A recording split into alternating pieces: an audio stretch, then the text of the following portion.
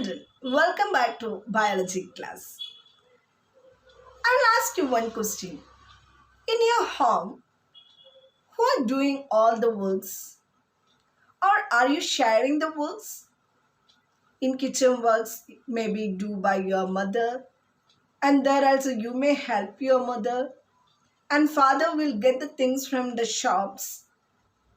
Sometimes you also may go to the shop and get the things. Like that, all the jobs are divided in your home. Then only it will done very efficiently. If only one person is doing all the works in your home, it will be very difficult.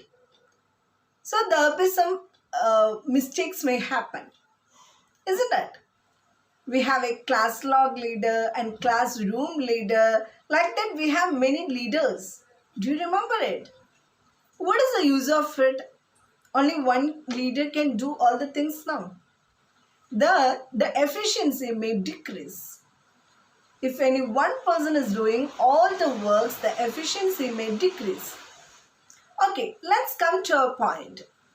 In the first lesson, you have learned that all the organisms are made up of cells. In unicellular organs like amoeba, a single cell is performing all the functions like its movement, digestion, respiration, excretion, etc. But in multicellular organisms consist of millions of cells. So these millions of cells divide into different groups of cells.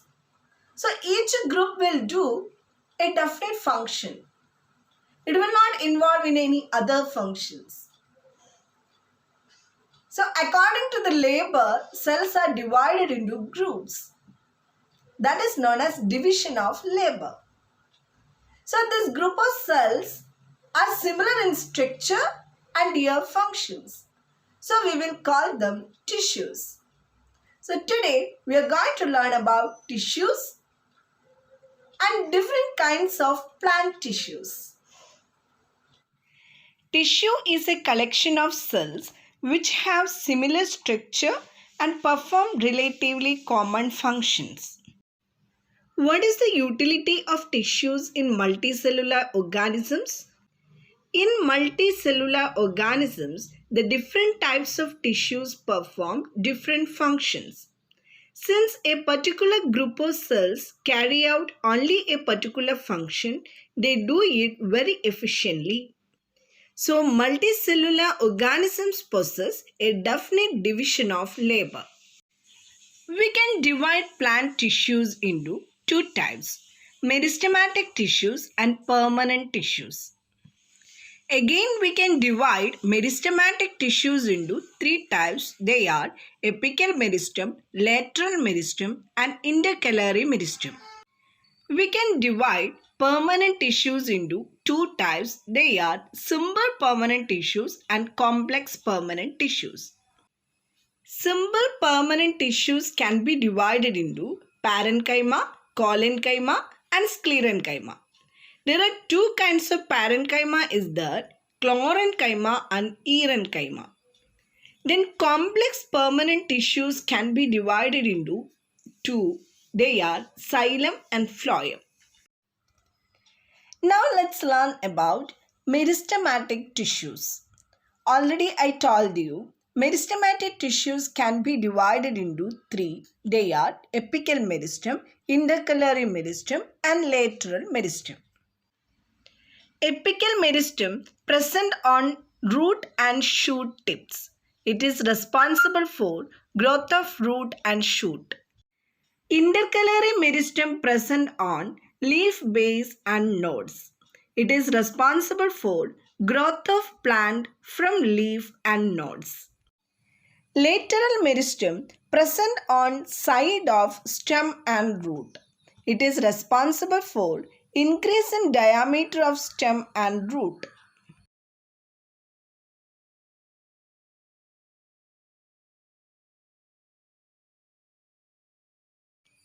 Now let's see the difference between meristematic tissue and permanent tissue. Cells divide repeatedly in meristematic tissue. Cells do not divide in permanent tissue. Cells are undifferentiated in meristematic tissue. Cells are fully differentiated in permanent tissue. Cells are small and isodiametric in meristematic tissue. Cells are variable in shape and size in permanent tissue. Intercellular spaces are absent in meristematic tissue. Intercellular spaces are present in permanent tissue. Vacuoles are absent in meristematic tissue and present in permanent tissue. Cell walls are thin in meristematic tissue. It may be thick or thin in permanent tissue. Permanent tissues can be divided into simple permanent tissues and complex permanent tissues. Now let's see the characteristics of simple permanent tissues.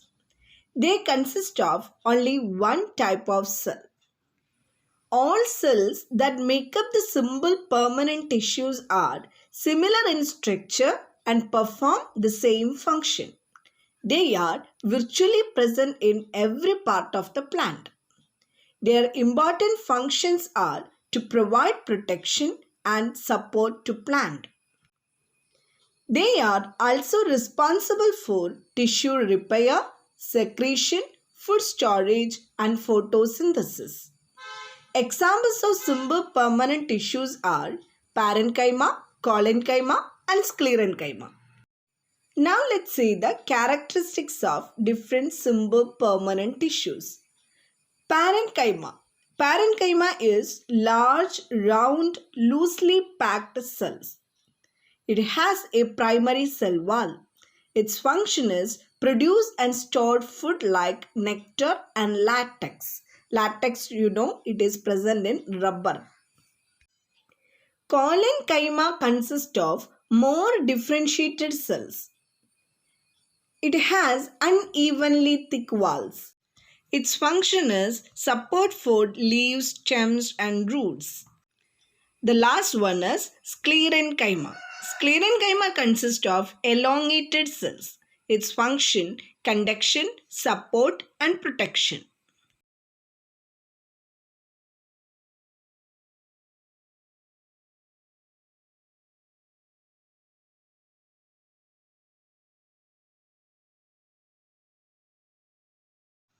In sclerenchyma, we have seen a substance, lignin. Lignin is an important organic polymer which is abundant in cell walls of some specific cells. It has many biological functions such as water transport, mechanical support, and resistance to various stresses. Lumen is the inside space of a tubular structure. Pits are relatively thinner portions of the cell wall that adjacent cells can communicate or exchange fluid through. We can divide parenchyma tissue into two types. They are chlorenchyma and erenchyma. Chlorenchyma contain numerous chloroplasts. Chloroplast already you had learned. It's a kind of chloroplast which consists of chlorophyll. So its function is photosynthesis. Its location leaves, green stems and green fruits. Erenchyma contain large intercellular spaces filled with air. It stores oxygen and carbon dioxide. It enables leaves to float on water surface in the case of aquatic plants. Its location, leaves and stems of aquatic plants. Three kinds of protective tissues are there in the plant.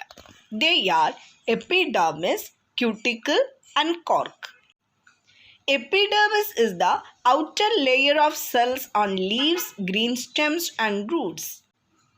Cuticle is a waxy layer covering the epidermis that reduces water loss and protects against infection. Cork is the protective tissue on woody stems. It is non-living. Stomata are pores in a leaf, mostly on the undersurface. Each pore is surrounded by a pair of guard cells. Guard cells can change shape to open or close the stoma. What is transpiration? Transpiration is the evaporation of water from plants. It occurs chiefly at the leaves while their stomata are open for the passage of carbon dioxide and oxygen during photosynthesis. Now let's learn complex permanent tissue. Complex permanent tissue consists of different types of cells.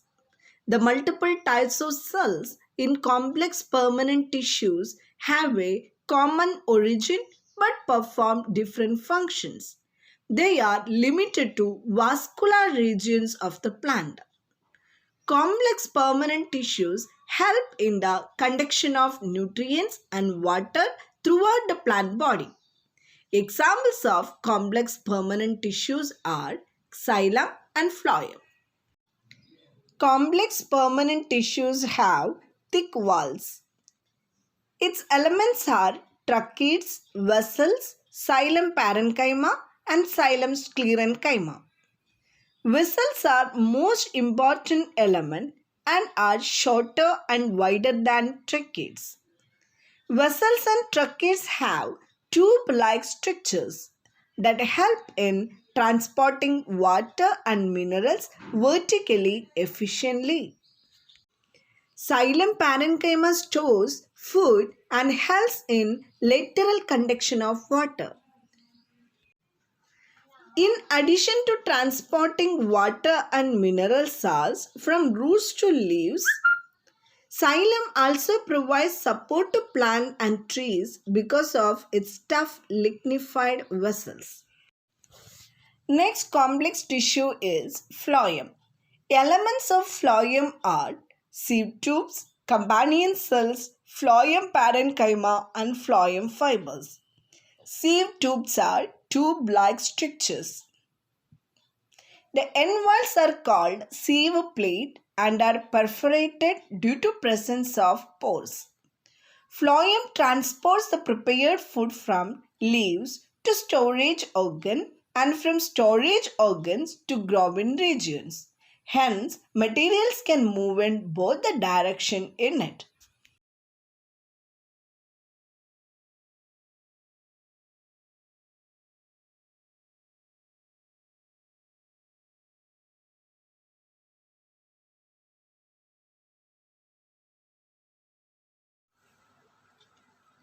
So children, today we have learned what is tissue and different kinds of plant tissues. They are meristematic tissues and permanent tissues. Again, we divided permanent tissues into simple permanent, complex permanent like that. So learn well. Have a nice day. Thank you.